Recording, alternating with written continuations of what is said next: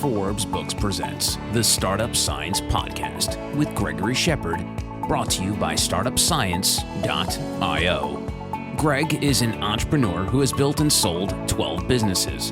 He's a recipient of 4 private equity awards and is a featured 10X speaker and Forbes author. Here's Gregory Shepard. Every founder needs to tell a story.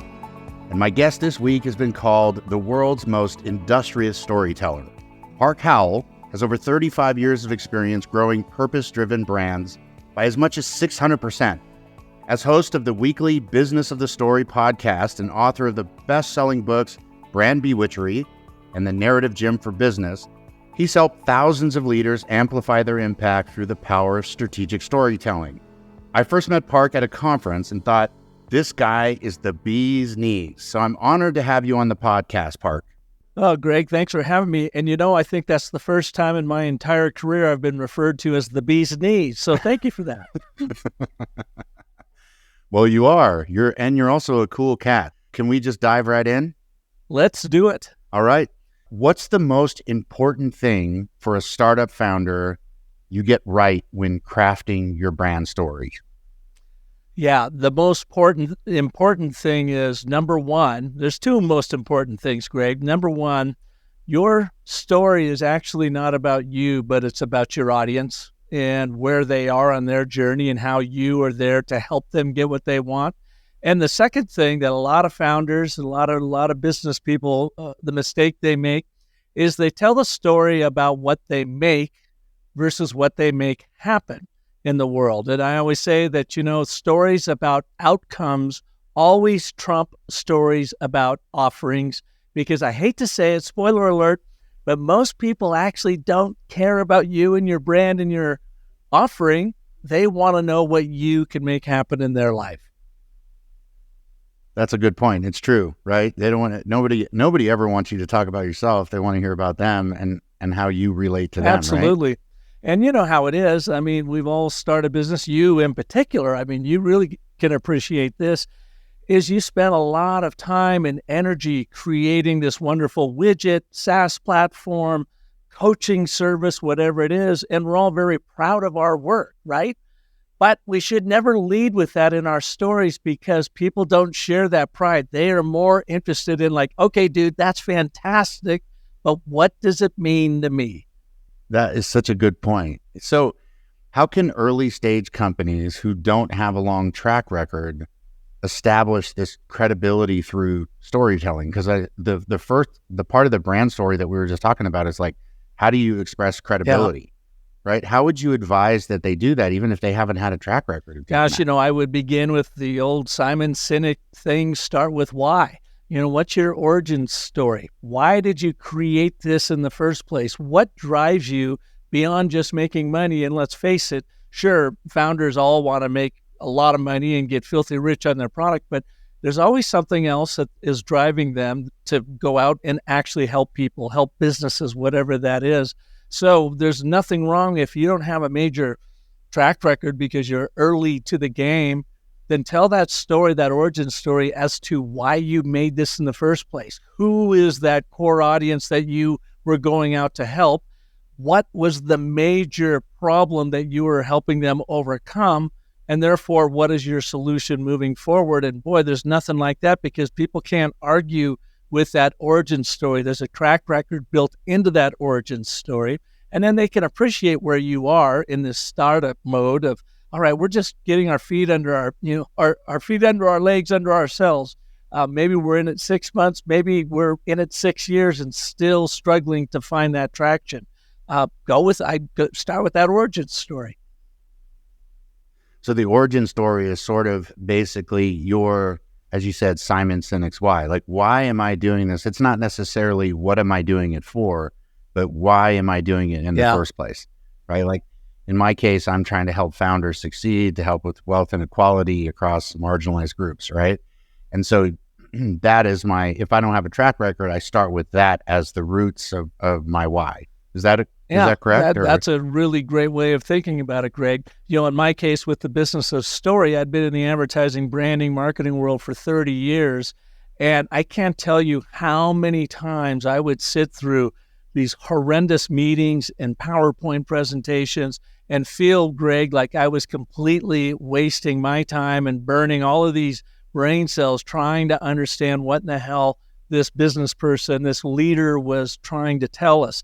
And I would look around the room and I would see the same problem. I mean, really smart, brilliant people just completely checking out and wasting their time with these communications.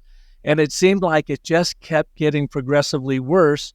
More technology took over, the more our brains got completely focused on this online world. It took us away from that offline human connection, and people just started yammering on with data, charts, graphs, opinions, and assertions. And I figured out there's got to be a better way to do this. You know, how can we actually excite people in the shortest amount of time possible? And it was all in answer to the question, Greg, when was the last time you were bored into buying anything? And if we are boring our audiences out there, we are in trouble. And that's where I started studying story and found these frameworks that really have this powerful connection to that limbic, problem-solving, decision-making, buying brain. And that's why I started a business of story.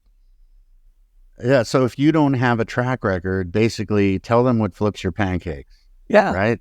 And then, go into that. And then from there, drive to get them involved emotionally, get them involved as a human instead of so apply to the persona instead of the ICP. Absolutely. Right. Instead of the ideal. Yeah. Okay. Got it. That's really good pointer. So let's go into this now, which would be the next natural progression of this series of questions. What are some of the common storytelling mistakes that you would hear a startup make? Like, what are the most common, ways that they explain it? You were just talking about sitting at a table and having your brain drained, right? What are some of the most common scenarios of those that you see that you're like, oh, this is just painful? So we started with the story's not about you, it's about your audience. So that's number one. Number two, it's not about what you make, but what you make happen. Number three is a lot of times founders, and especially in the business-to-business world, very smart people never get out of exposition. And what I mean by that, they never get out of Act One. They and their audiences to death. And after about that third man, we just check out because our limbic brain is a problem solution brain. It's like, dude, you haven't even gotten to the problem yet. So what's going on? So we need to turn our messaging from non-narrative, that again, our limbic brain detests, into narrative, setup, problem, resolution, and be able to do that very quickly because we have learned that this limbic brain is wired that way. It's like the algorithm to making meaning.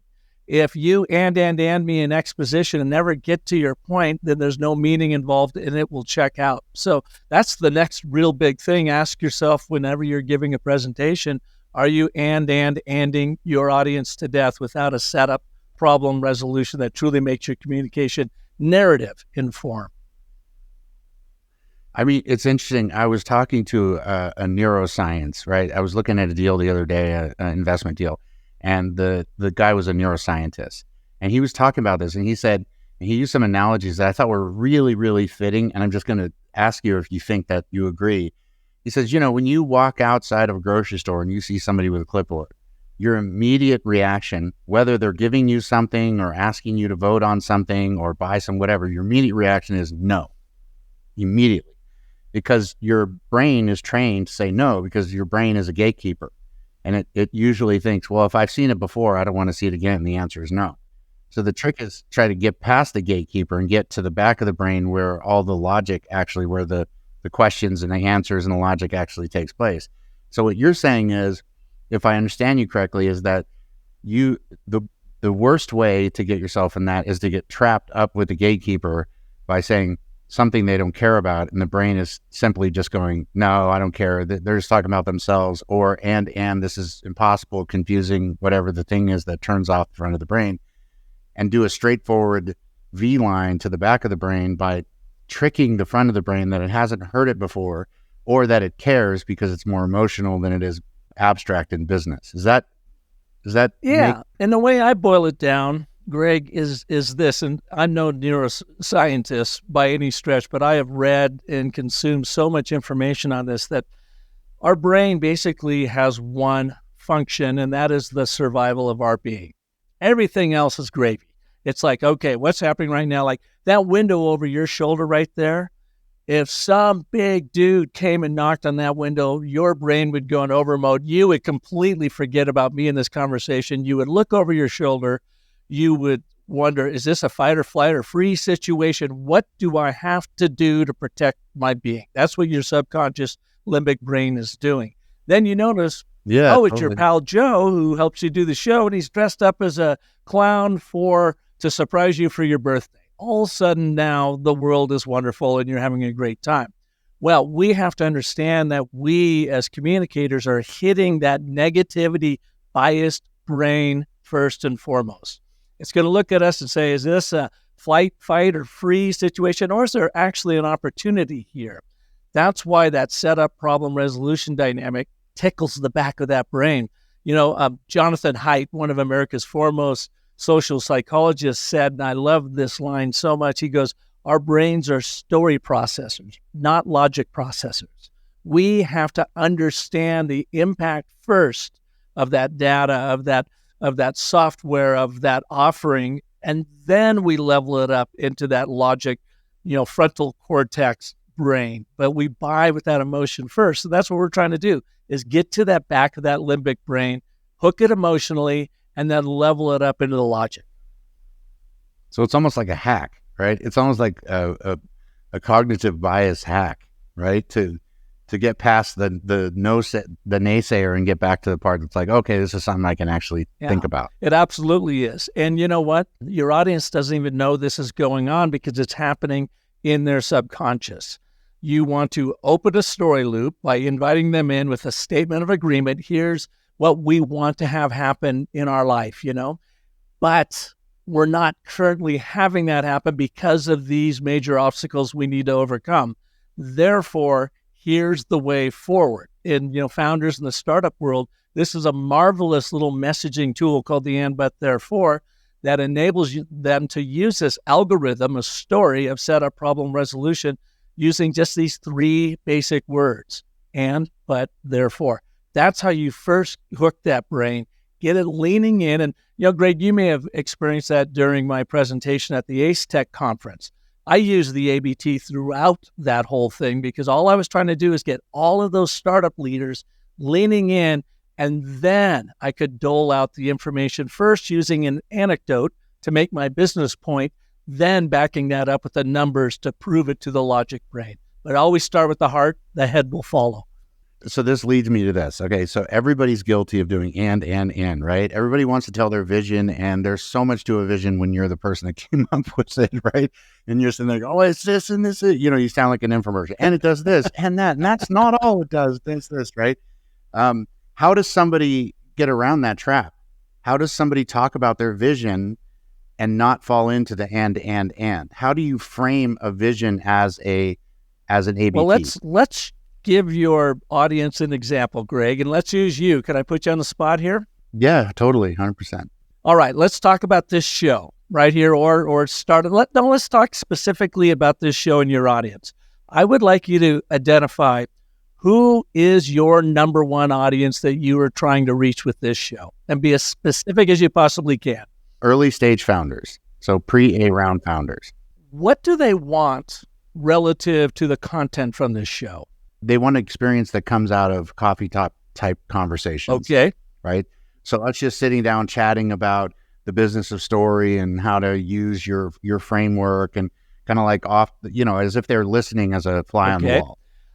So you've got early stage founders, and they're looking for additional advice that they would get if in an anecdotal situation, like you're saying, if they were in a room full of leaders and founders, to learn from other people. And why is that important to them? Because these are the things that aren't taught in accelerators or universities. These are conversations that happen with experienced people, between experienced people. Because only two experienced people can ask each other questions and elevate the conversation like that because they have experience. So you are an early stage founder, and you want to be able to tap into experienced leaders that have been there and done that, so that you can 10x your growth faster than ever. Fair enough? Statement of agreement. Yeah, here the space in between the topics. There's our and statement of agreement. We've identified the audience, what they want, and why that's important to them. So we understand who they are. Okay. We appreciate what they want and why that's important to them. Now the but. Here's the plot twist. But why don't they currently have it? What problem are you currently solving? And I think you said it. You are sharing like minds that they cannot get at regular incubators. Is that right? Yeah. So you are an early stage founder and you want to be able to tap into brilliant minds that have experienced what it takes to 10x the growth of your startup. But you can't find those minds because you are not in these, closed-knit situations where you can really benefit from this knowledge. Therefore, how often does your show air? Is it once a week? It airs twice a month. Therefore, now, twice a month, you can have access to some of the top minds in the startup world right here on Greg's show. And he does this. You see, what we did here is we identified the audience, what they want, and why that's important to them. So that's our shared statement of agreement. You get your audience nodding yes. You understand me. You appreciate what I want. But you don't currently have it because of this problem. Oh, we've just demonstrated empathy. Now we can appreciate what the problem is you are solving for. Therefore, picture what it's going to be like when you can plug in these brilliant minds from around the world to help you grow through Greg's podcast. Through Greg's podcast, Gregory Shepard does not come in till the very end of that statement of consequence. So this way, we remain focused on your audience, the problem that you are solving for them from their point of view, picturing what it's going to look like when they overcome that problem through the product or service I have to offer. That's the and, but therefore. I got to say, like, if I wasn't afraid I would lose you on the podcast, I would say stand up and throw your mic down because you could just drop the mic after that. Everybody heard that. That was beautifully done. But I have another question. So then what about values, culture, all of the things that have to do with sort of when you talk about your why, you're also talking about your values and your culture, right? You're talking about what flips your pancakes, right? So in my case, it's wealth inequality and inclusion and environmental issues and sustainability issues, stuff like that. So what part does that play in the story and in this process that you just went through? Well, we use the process. I want you to think of the ABT like the chassis of a car. It could be a race car. That chassis still kind of looks the same. You got an engine, a powertrain, 4 wheels, and this body to take you, this chassis to take you places. Or it could be a dump truck. Pretty much the same thing. Motor, drivetrain, chassis, wheels. The ABT can be used on virtually any sort of messaging you have. So let's say you're not selling a product or a service or a widget or a SaaS platform at the moment. Your audience is more interested in your vision. All right, let's make your vision the brand, but it's got to be told from their perspective. So again, who's your audience? You got to do that heavy lifting up front. What do they want relative to your vision, and why would that be important to them?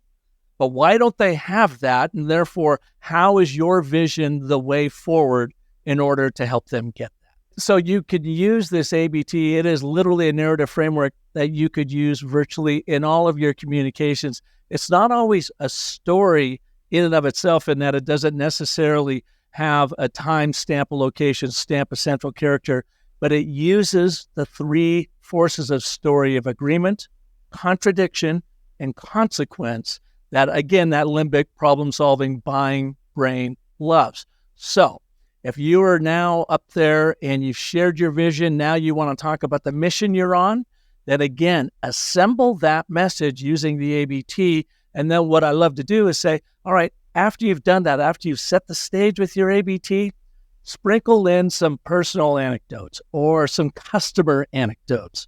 That's when you use the short little story, which is essentially an expanded ABT. Timestamp, when did it happen? Location stamp, where did it happen? Single central character that your audience can relate to. Who is that person? Introduce them. What happened? What was the surprising outcome? that makes your business point for you. So I call those the 5 primal elements of a short story. You begin with an ABT to set the stage, and you can tell that ABT in under 15 seconds, and then you follow it up or illustrate that ABT problem solution dynamic in action through a true story well told. And you can tell that story in under a minute. So in less than 90 seconds, you can use this 1-2 punch of the ABT narrative framework to hook them, and then an anecdotal story to reel them in. You're playing totally to their emotion. You've got them opened up, and now you can start, trotting out your logic and your reason and your data, because all you're doing is proofing out the emotional story that you connected with your audience. Let's step back and apply this to some scenarios. So let's say you want to do the ABT to attract super awesome talent that, everybody wants to hire. You would essentially take the same story, right? And you could apply it to that conversation. Absolutely. Correct? So hypothetical, who are we talking to? Are we talking to a programmer that is just like, she's just unbelievable, and a lot of people are going after this particular person, and you've done your homework and you really want her, but you're not really sure yet as to what's going to push her buttons to get her to come in. So what you want to do is, welcome, Sally. It's wonderful to have you here, and I can imagine you've got 15 years of experience doing this in Silicon Valley, and you're looking for that next level of job that gives you the challenge of writing the code and the outcomes that you're seeking with the life balance that you're looking for, right? She goes, yeah, Greg, that's exactly what I'm looking for. But you don't currently have it, or you haven't found it early in your career because everyone's working you to death. Therefore, picture yourself, here and working at your pace from either here at home or whatever. You're going to now pay that off with our program because we have a unique way of treating our folks here. For instance, let me tell you about Greg. He came in 2 years ago, and he was so burned out from his life at eBay that he thought he was going to give it all up until we showed him what he could do here. And he thought we were just kidding, until in September of 2021, he and his wife had a child and realized that he needed 6 weeks off to really attend to his family. We happily gave it to him. Now Greg here is one of our top performers. Is this something, Sally, that would be of interest to you in your career? So what we've done is set it up with an ABT, focused on one problem at a time, work-life balance. And then said, we can deliver on that. Let me prove it to you by telling you a quick anecdotal story about Greg that she could relate to. And I've done all of that. Now I'm just winging it right here. But I do that in the first 90 seconds of that interview. And I get her saying, well, yeah, you actually understand me. You appreciate what I mean, it's totally a bypass, right? Because the front of the mind there's nothing for it to block. It needs a conversation, and that has to happen in the back of the brain. It needs that emotional conversation. What's in it for you? So let's apply this to a pitch, right? So let's say now you have to pitch an investor. You have a pitch competition, or you have, an investor says, okay, I'm going to give you 10 minutes. Tell me. You could use essentially the same thing, but instead of the candidate, you're talking to the investor, right? So you're using the same structure. So can we run through one of those real quick? You are going to be my investor, all right, Greg? And I'm going to ask you to invest $2 million into the business of story. All right? So the first thing I need to do is I got to understand you. What's in it for you? Why would you remotely want to do this? Well, one thing I've learned about you is you are about equality. So potentially I would position that pitch, again, from your point of view, and I would say, let's do a problem solution dynamic around equality. Greg, thank you so much for being here today. It's a true honor for me because you have such a long pedigree of success in this world. And I know that equality is like at the top of your list when you were finding important investments in the world.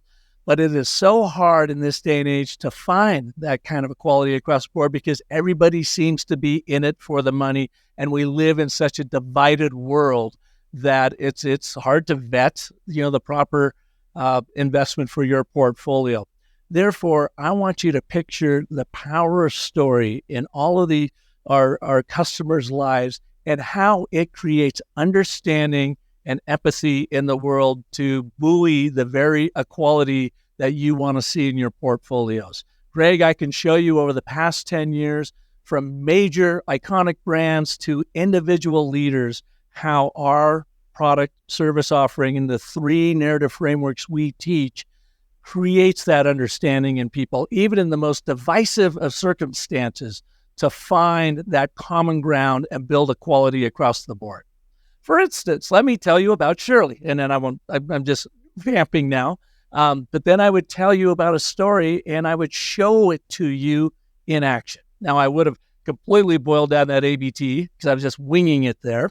I would have really worked on it and got that down to be as concise as possible. So now that your brain and anybody else sitting in that room has a singular narrative, Park is here to solve the problem of equality in communication, finding that common ground. And then I would lever that as much as possible. I wouldn't roll out 2 or 3 or 4 or 5 different problems that I solve through my work. There are plenty that we all solve in our work. I would start with one, the most poignant problem-solution dynamic, and I would stay on that until I've got them completely bought into that problem-solution dynamic. Get them only focused on one thing at a time. That's how I would use the ABT. So let's keep using these different scenarios, because we talked about what it is, and now I'm trying to talk about applications. So we talked about the application in hiring good talent. We talked about the application in your pitch, right? So let's talk about the application of the business of story and the ABT to product and design. So if you're talking about your product instead of your company, would you go, it sounds like it just fits for everything. You just use the same algorithm, if you will, and then put different places in the blanks. Is there any nuance between talking about it from that perspective? Yeah, think about it this way, Greg. You're exactly right. You can use the ABT across the board. It's even a strategy tool. So say you're going into a meeting, and how many meetings have we been in that go down several different rabbit holes, and you come out of it 90 minutes later and you feel like you've accomplished nothing. If nothing else, you maybe have created 5 more concerns you now have to deal with.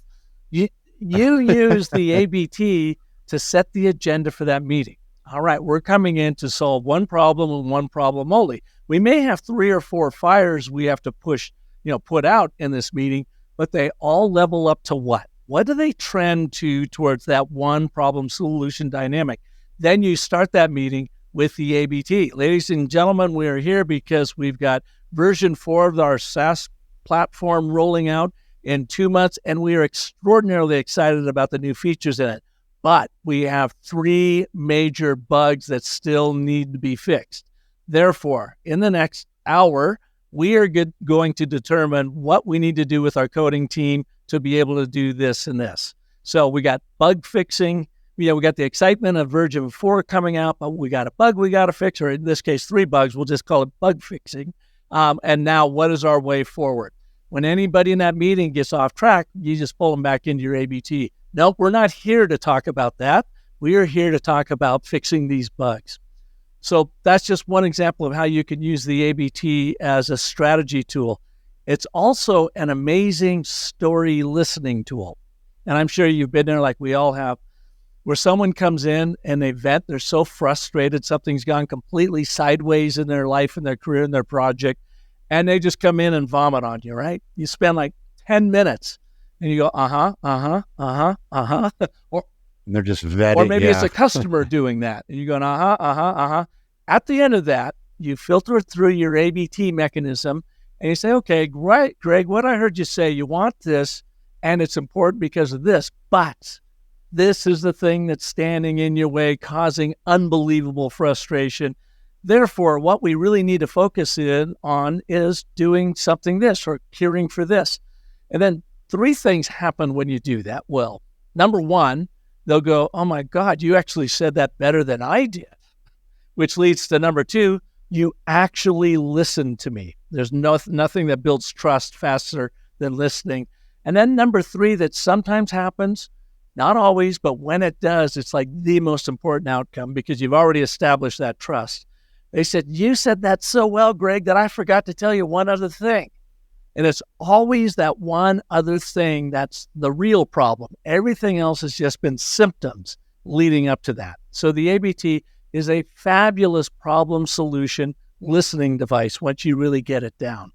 And then, of course, you can use it in all of your communication, including social media, landing pages. I mean, you name it. You just keep using the setup problem resolution dynamic. I love that. And I want to get to how you can use ABT to handle failure. But we have to take a break. Coming up in the second part of my talk with Park Howell, the founder of Business of Story, Park shares how Joseph Campbell's theory of the hero's journey can help B2B companies. The hero's journey is way too woo-woo for lots and lots of B2B business minds. And I say to them, B2B doesn't necessarily mean business to business. It quite often means boring to bored.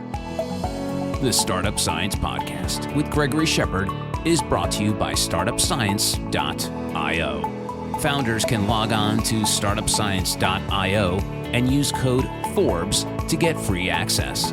To connect and find out more about Greg, go to gregoryshepard.com. The Startup Science Podcast is a production of Forbes Books.